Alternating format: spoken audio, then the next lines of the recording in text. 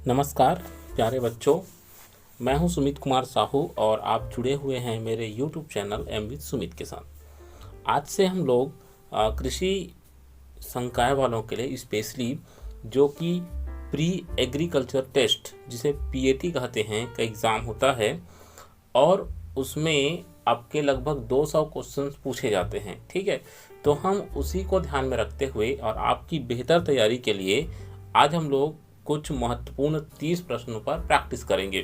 इन प्रश्नों के माध्यम से आप अपनी तैयारी का आकलन कर सकते हैं। ठीक है, और ये प्रश्न विगत वर्षों में पूछे गए हैं, तो वीडियो के साथ अंत तक बने रहिएगा। ठीक है, चलिए क्लास स्टार्ट करते हैं। और क्लास स्टार्ट करने से पहले यही कहूँगा कि यदि मेरे चैनल में पहली बार जुड़े हैं तो चैनल को सब्सक्राइब कर दीजिए, वीडियो को लाइक कीजिएगा अगर अच्छा लगता है तो, और यदि ये और अच्छा लगता है तो वीडियो को शेयर भी कीजिएगा। ठीक है, तो चलिए इन 30 प्रश्नों के साथ हम लोग अंत तक जुड़े रहते हैं। ठीक है, और ये सारे प्रश्न बहुत ही ज़्यादा इम्पोर्टेंट हैं। चलिए देखते हैं। सबसे पहला जो प्रश्न है हमारे पास, विश्व में निम्नलिखित फसलों में से किस फसल का कृषिगत क्षेत्रफल सबसे अधिक है? आपको बताना है कि विश्व में जितने भी फसल है ना भाई, उनमें से जो कृषिगत क्षेत्रफल है वो किस फसल का सबसे ज़्यादा है, आपको ये बताना है। ठीक है, जैसे विकल्प है चावल का, गेहूं का, जौ का या बाजरे का। तो इसका जो सही आंसर है आपको बताना है कि सबसे अधिक जो कृषिगत क्षेत्रफल है वो किस फसल का है विश्व में। ठीक है, तो इसका जो सही आंसर है वो है ऑप्शन नंबर बी। क्या है? ऑप्शन नंबर बी, जो कि क्या चीज़ है? गेहूं है ना? क्या है? गेहूं है। चलिए, तो इसका सही आंसर हो जाएगा आपका गेहूं। ओके, चलिए नेक्स्ट क्वेश्चन की ओर चलते हैं। अगला प्रश्न है, चावल का उद्गम स्थल है, बताना है कि चावल का उद्गम स्थल क्या है। ठीक, ए दक्षिण पश्चिम एशिया, बी यूरोप, सी दक्षिण अमेरिका और डी भारत व बर्मा। यहाँ पर उद्गम स्थल पूछा है, कहाँ पैदा होता है ये नहीं पूछा गया है ना।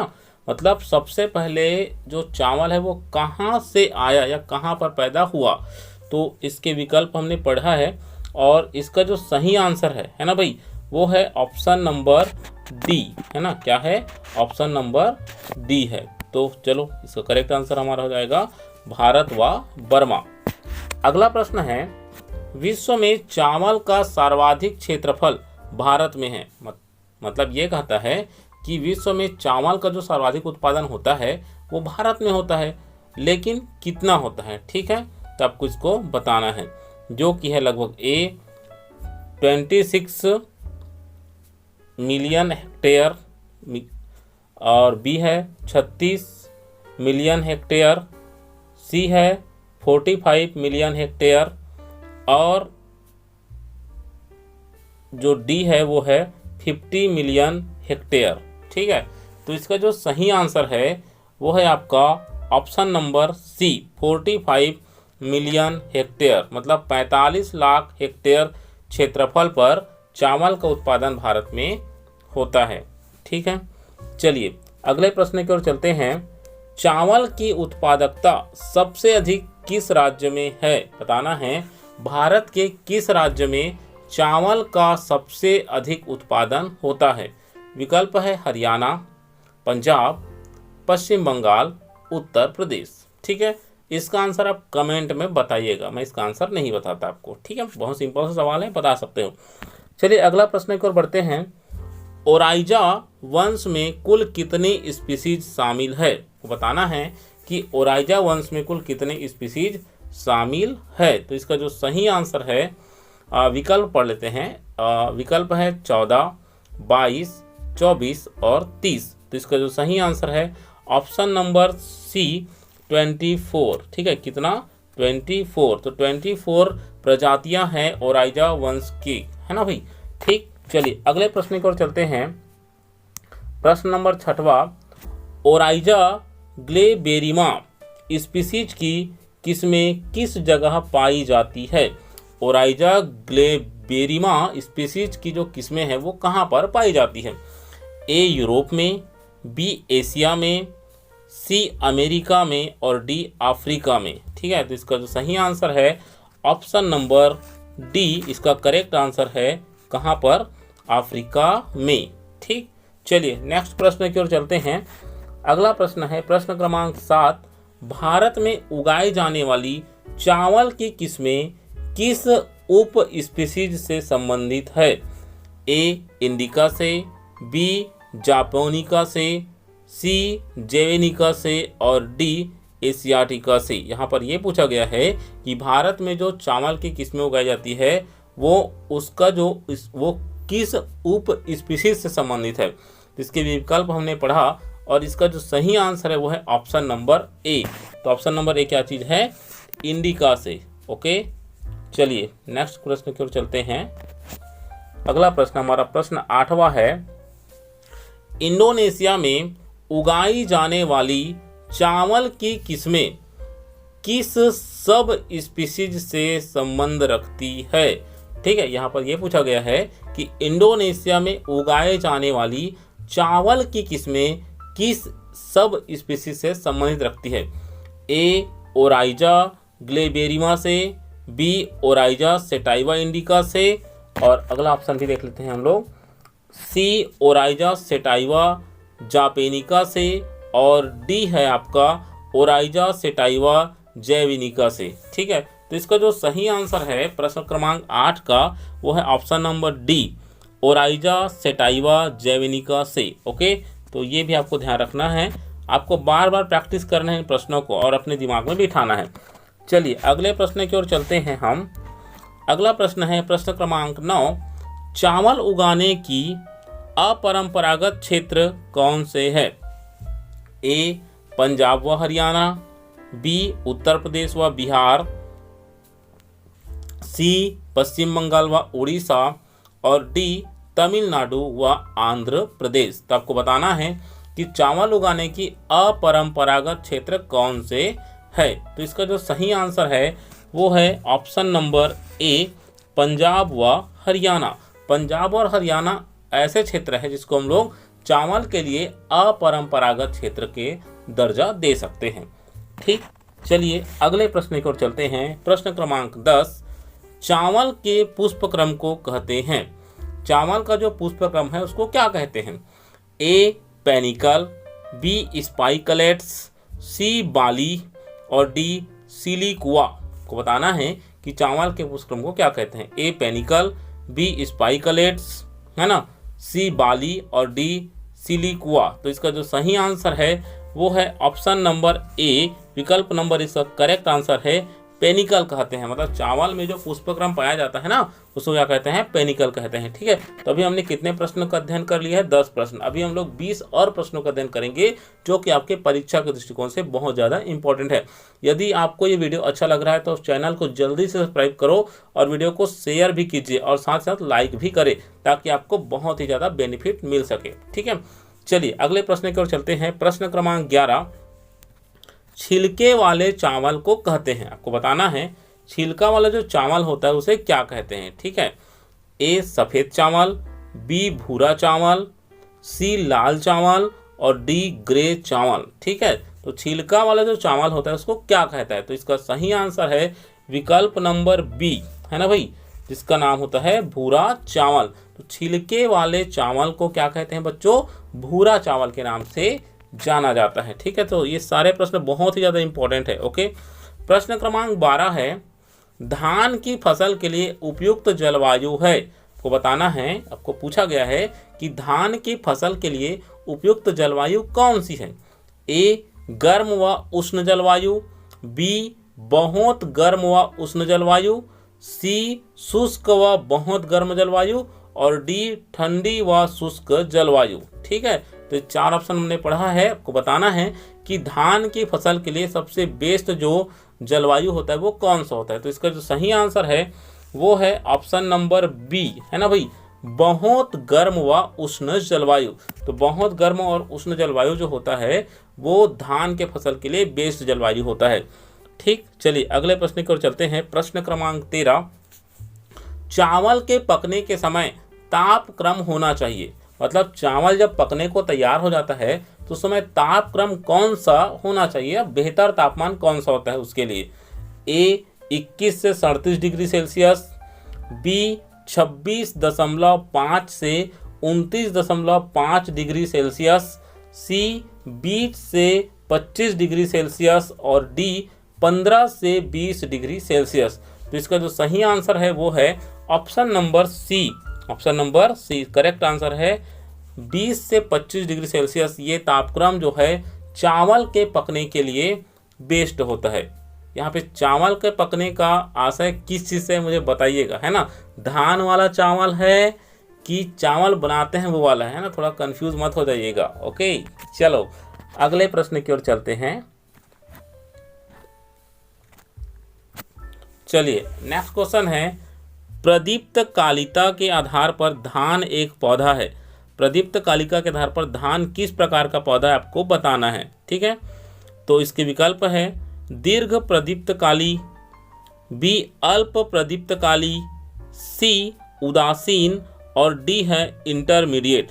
ठीक है, इसका जो सही आंसर है वो है बच्चों विकल्प नंबर बी, है ना। विकल्प नंबर बी जो है इसका करेक्ट आंसर है अल्प प्रदीप्त काली। ठीक, चलो अगले प्रश्न की ओर चलते हैं। अस चावल की बुआई का समय है। अस राइस जो होता है उसकी बुआई किस समय होती है। ए नवंबर दिसंबर, बी जून जुलाई, सी मई जून और डी मार्च अप्रैल। ठीक है, तो आपको बताना है कि इसका जो बुआई का समय कौन सा होता है। तो इसका जो सही आंसर है वो है विकल्प नंबर सी मई जून। अस चावल एक प्रकार की चावल होती है, उसकी एक किस्म बोल सकते हैं, उसकी बुआई मई जून में की जाती है। अगला प्रश्न है प्रश्न क्रमांक 16, बोरो या दलुआ धान की बुआई का उचित समय है। बोरो या दलुआ जो धान की किस्म होती है उसकी बुआई का उचित समय कौन सा है।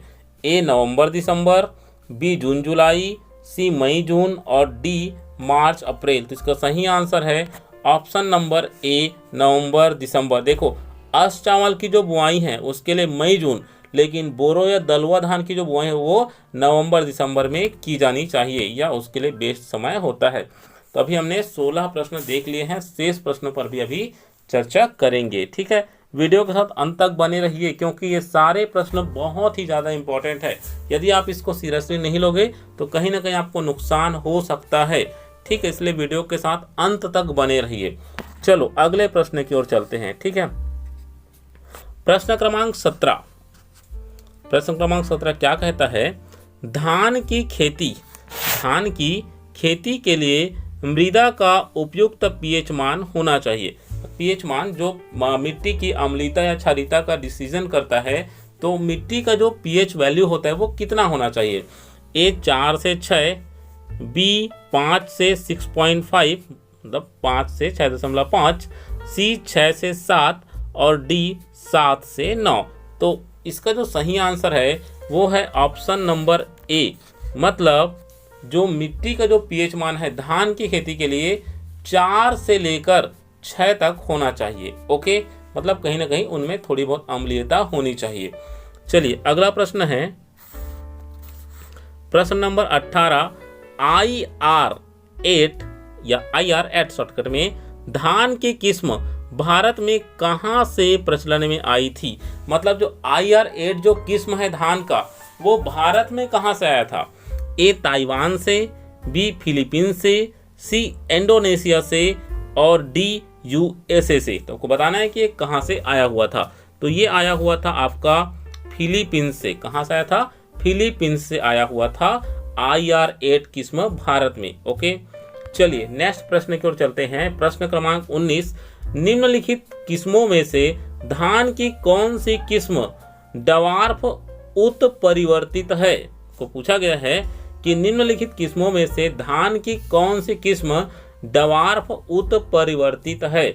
ए IR8, बी जया, सी पूसा 221 और डी जगन्नाथ। तो इसका सही आंसर है ऑप्शन नंबर डी, विकल्प नंबर जो डी है जगन्नाथ जो किस्म है वो डवार्फ उत्परिवर्तित है। ओके, चलो आगे बढ़ते हैं। प्रश्न क्रमांक 20 है, धान की बुआई की बुरकाव व ड्रिलिंग विधि में क्रमशः बीज मात्रा चाहिए, कितनी मात्रा चाहिए? धान की बुआई की बुरकाव व ड्रिलिंग विधि में क्रमशः बीज की मात्रा कितनी होनी चाहिए? तो बताना है। ए 100 से 60 किलोग्राम पर हेक्टेयर, 60 व 100 किलोग्राम पर हेक्टेयर, 45 व 100 किलोग्राम पर हेक्टेयर, या 100 व 45 किलोग्राम पर हेक्टेयर। तो इसका जो सही आंसर है ऑप्शन नंबर ए है ना भाई, 121वां प्रश्न। धान के 1 हेक्टेयर क्षेत्रफल में रोपाई के लिए कितने क्षेत्रफल में नर्सरी तैयार करना चाहिए? मतलब 1 हेक्टेयर क्षेत्रफल में आपको रोपाई के लिए कितने क्षेत्रफल में नर्सरी तैयार करना होगा धान के लिए? ए 100 वर्ग मीटर, बी 500 वर्ग मीटर, सी 1000 वर्ग मीटर, या डी 1500 वर्ग मीटर। तो इसका जो सही आंसर है ऑप्शन नंबर सी है 1000 वर्ग मीटर। मतलब 1000 वर्ग मीटर में अगर आप नर्सरी तैयार करते हो, है ना भाई, तो वो 1 हेक्टेयर मतलब लगभग 2.5 एकड़ के लिए पर्याप्त है। चलिए आगे बढ़ते हैं। प्रश्न 22, भारत में धान की नर्सरी तैयार करने की डेपोग विधि किस देश से प्रचलन में लाई गई है? मतलब जो डेपोग विधि होती है, आप इसमें सर्च कर लीजिए, क्योंकि हम लोग यहाँ पर डिस्कशन नहीं कर रहे हैं, हम लोग केवल प्रैक्टिस कर रहे हैं, ठीक है। तो भारत में जो धान की नर्सरी तैयार करने की जो डेपोग विधि है वो कहाँ से आई गई थी, ये पूछा गया है। ए इंडोनेशिया से, बी ताइवान से, सी इजराइल से, और डी फिलीपींस से, ठीक है। तो इसका जो सही आंसर है वो है ऑप्शन नंबर डी, है ना। ये कहाँ से आया था? ऑप्शन नंबर डी है फिलीपींस से। कहाँ से? फिलीपींस से, ठीक। नेक्स्ट क्वेश्चन है, धान की नर्सरी तैयार करने की आर्द्र विधि में रोपाई के लिए पौध तैयार हो जाती है। मतलब धान की नर्सरी तैयार करने की आर्द्र विधि में रोपाई के लिए पौधे तैयार हो जाती है। मतलब जो हमने नर्सरी में पौधा तैयार किया था वो रोपाई के लिए कितने दिनों में तैयार हो जाता है? 14 दिन, 15 से 20 दिनों में, 20 से 25 दिनों में, या 25 से 30 दिनों में आपको बताना है। तो इसका जो सही आंसर है वो है ऑप्शन नंबर सी। वो कितने दिनों में तैयार हो जाता है आपका? 20 से 25 दिनों में। चलो अगले प्रश्न की ओर चलते हैं।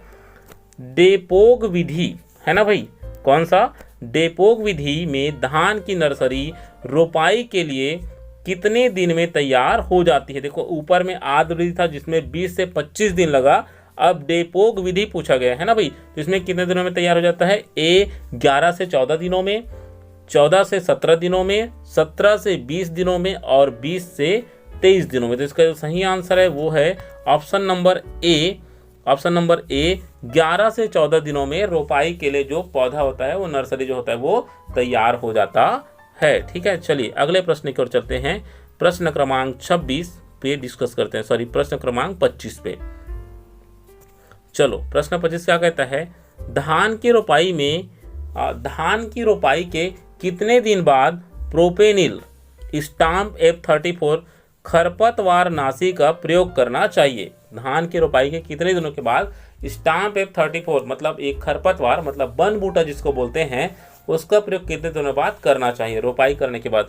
2 से 4 दिन, 6 से 8 दिन, 10 से 14 दिन, या 2 सप्ताह के बाद। तो इसका जो सही आंसर है वो है ऑप्शन नंबर बी, है ना भाई। क्या है? ऑप्शन नंबर बी, 6 से 8 दिनों के बाद करना चाहिए। नेक्स्ट है, धान के पौधे की प्रारंभिक वृद्धि अवस्था में क्रेस्के, है ना,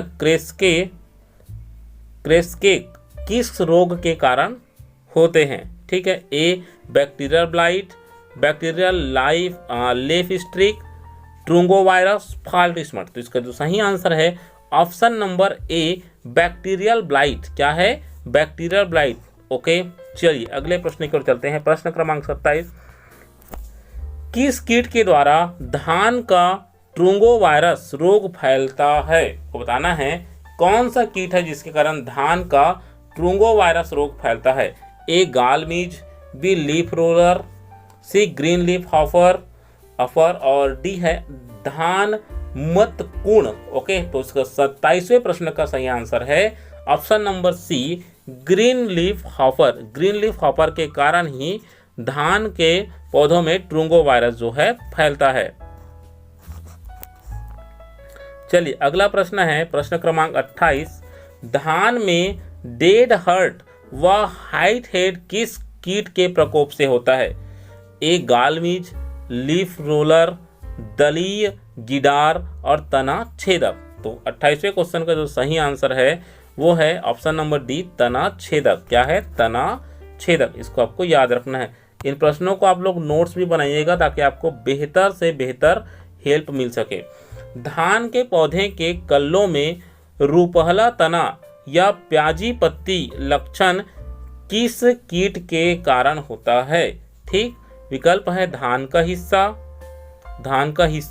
हिस्पा, गालमीज, सफेद मक्खी, धान मतकुण। तो इसका सही आंसर है गालमीज के कारण।